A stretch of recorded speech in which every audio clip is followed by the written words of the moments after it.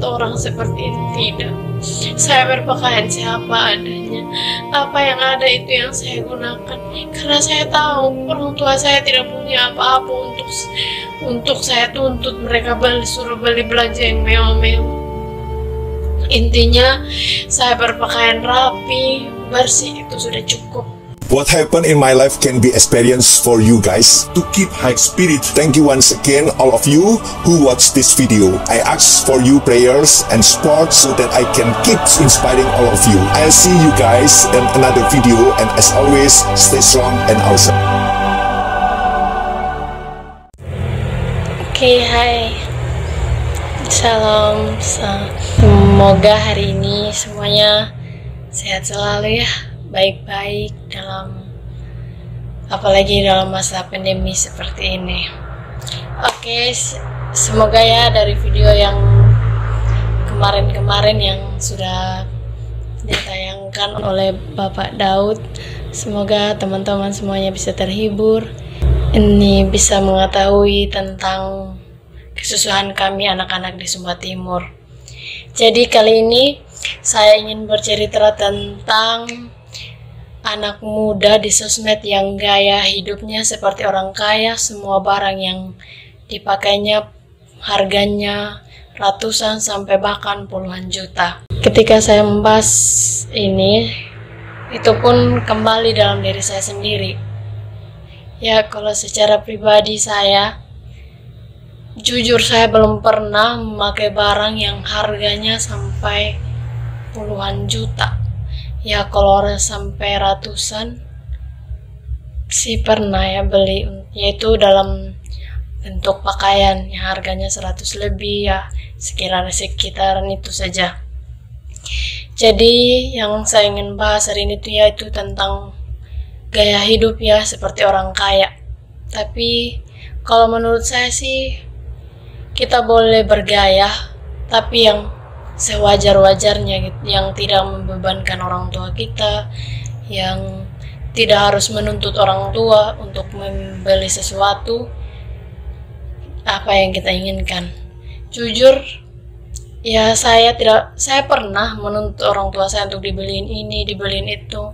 Ya karena memang ekonomi keluarga saya itu hanya standar, ya tidak memiliki semuanya untuk dibeli ini. Saya pernah memaksa bapak mama saya beli ini beli itu, terus sampai saya ngebentak mama ya. Terus saya bilang, mama beli ke saya celana panjang, saya punya celana panjang sudah sesak, saya bilang begitu.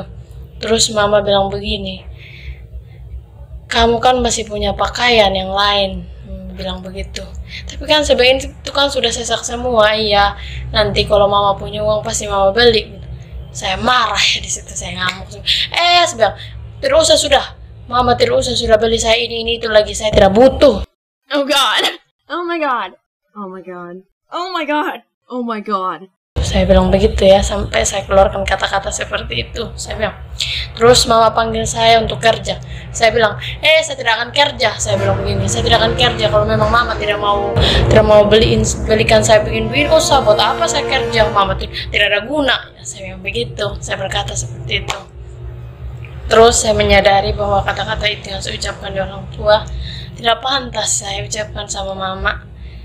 Bahkan saya juga berpikir, kok mama punya uang selalu dibeli hanya untuk adik saya yang 2 orang yang SMP. Terus saya, kenapa mama tidak beli? Saya bilang begitu. Saya berpikir berarti mama lebih menyayangi mereka berdua dibandingkan saya. Tapi ternyata pikirannya saya itu salah.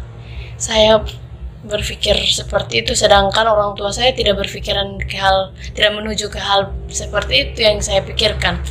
Terus mama saya ngobrol sama saya. Mama bilang begini, bukannya mama tidak mau beli pakaian buat kamu, atau bukannya mama tidak mau turuti apa yang kamu inginkan. Dia bilang begitu. Terus mama bilang nanti kalau mama punya uang pasti mama belikan. Begitu. Bukannya mama tidak sayang kamu, mama bilang begitu. Jadi terus saya bilang sudah, iya saya paham, mungkin karena pengaruh emosi. Jadi saya keluarkan kata-kata seperti itu ya sama mama. Jadi mama ajarkan saya seperti itu. Saya punya mama bilang, berpakailah apa yang ada. Apalagi kita untuk cari makan saja susah, karena nanti kalau ada uang pasti kita akan beli apa yang kamu mau. Mamanya saya berkata seperti itu. Jadi saya sih bersyukur memakai apa adanya, tidak yang harus wah-wah, yang mewah, yang harganya ratusan, jutaan. Saya bersyukur dengan apa yang saya pakai, bergaya dengan apa adanya, walaupun tidak menuntut orang tua untuk harus beli ini, beli itu. Karena saya tahu keadaan ekonomi orang tua saya itu tidak mampu. Orang tua saya hanya kerja di kebun untuk menafkahi kami. Untuk apa saya harus menuntut saya punya mama begitu, mama beli ini, beli itu. Sedangkan kalau barangnya saja saya tidak bisa jaga, sia-sia toh. Apalagi saya lihat sekarang kawan-kawan anak muda ya, pakai celananya yang robek-robek. Jujur saya dulu pernah pakai celana yang begitu. Sekarang pun pernah. Tapi saya berpikir, untuk apa sih orang tua sudah belikan kita pakaian yang pertama dibelinya utuh tanpa ada robek-robeknya, terus kita lagi buat itu celananya dirobek-robek di paha, di lutut. Ya, di situ kan tidak baik. Sama saja kita merugikan orang tua. Boleh kita bergaya sih boleh, namanya kita remaja, anak muda, mencari jati diri, penampilannya kita supaya terlihat oke, terlihat wah, terlihat gagah, terlihat indah dan cantik, maksudnya dipandang sama sesama kita. Tapi yang mana sewajarnya. Kalau saja kita bergaya, uang belanjaan barang-barang, cara berpakaiannya puluhan juta, sedangkan makanan sehari aja sudah susah untuk kita makan. Untuk apa? Mendingan uang yang jutaan itu saya pakai beli makan, saya beli perlengkapan rumah. Itu kan lebih bagus, lebih menguntungkan kita semua daripada menguntungkan diri sendiri. Ya, seperti itu. Jadi saya juga belajar dari sisi ekonomi orang tua yang memangnya tidak mampu. Jujur saya selama ini ya jarang dibeliin barang sama mama atau sama bapak saya, jarang. Itu pun juga ketika saya mau beli hand body atau keperluan pribadinya saya itu ya itu keringat saya sendiri. Saya pergi makan gaji, tanam padi, mencari kangkung untuk dijual. Ketika saya dapat uang itu, ya itu saya pergunakan untuk keperluan pribadi saya. Ya kalau memang untuk pendidikan saya, memang uangnya dari orang tua. Pernah saya sama sepupu saya pergi makan gaji tanam padi. Ya di situ kami dapat uang 60.000. Kita kerja setengah hari, karena setengah harinya 30.000, jadi kami 2 orang, ya 60.000. Nah, ketika saya sudah mendapatkan uang itu, saya dan sepupu saya, uangnya kami simpan di lemari, terus kami kunci, terus kami pergi keluar, ada tempat pergi. Nah, kami kembali, lemarinya terbuka, uangnya sudah hilang, entah siapa yang ngambil, kami juga tidak tahu. Di situ sepupu saya menangis, dia berkata begini, "Kakak, kok kita yang capek cari uang, kita yang sakit kepala, dipanas, kita yang sakit belakang tunduk tanam padi, kok orang lain yang tukang senang ya, tukang ambil kita punya uang, tidak kerja tapi dia bisa curi kita punya uang." Saya punya sepupu berkata seperti itu. Terus saya bilang begini, ya sudah tidak apa-apa, kita ikhlas saja. Saya bilang nanti juga pasti Tuhan akan balas lebih dari ini, yang 60.000 ini yang hilang. Saya bilang begitu. Adik sepupu saya menangis terus. Dia menangis, "Kakak saya capek," dia bilang, "belakang saya sakit," dia bilang begitu ya. Jadi saya bilang tidak apa-apa, kita ikhlas saja, kita belajar ikhlas. Intinya kita doa saja, kita mendoakan orang yang ambil kita punya uang. Saya bilang begitu. Nah tiba-tiba terlama adik saya diam, dia tenang. Terus ya udah, dia bilang, "Kakak, biar sudah saya ikhlas, tidak apa-apa." Dia bilang, "Saya punya hasil keringat diambil sama orang, tidak apa-apa," dia bilang begitu. Ya dari situ ya saya belajar untuk, dan ada di sepupu saya belajar untuk ikhlas. Nah, kita kembali lagi ke topiknya itu tentang pergaulan, cara bergaya, cara berpakaian. Nah itu saya bilang tadi, intinya kita boleh bergaya tapi yang sewajarnya, yang tidak merugikan orang tua, tidak menuntut orang tua untuk beli ini, beli itu. Saya jujur sekarang ya, saya tidak terlalu tuntut, saya punya bapak harus saya beli saya ini. Ketika saya butuh, saya kasih tahu bapak saya butuh ini. Ya kalau bapak punya rezeki, ya bapak tinggal kasih ke saya bilang begitu. Yaudah bapak, ketika bapak saya belum punya uang di saat saya minta, bapak bilang, ya nanti kalau bapak punya uang, bapak akan beli, bapak akan usaha, intinya kamu sekolahnya yang sukses, baik-baik saja. Saya punya bapak berkata seperti itu. Iya, saya bilang, saya janji sama bapak, saya bilang, saya akan membangun keluarga, membangun kita punya ekonomi. Saya bilang gitu, saya akan janji, saya bilang, saya berjanji sama bapak bahwa saya akan jadi anak yang sukses.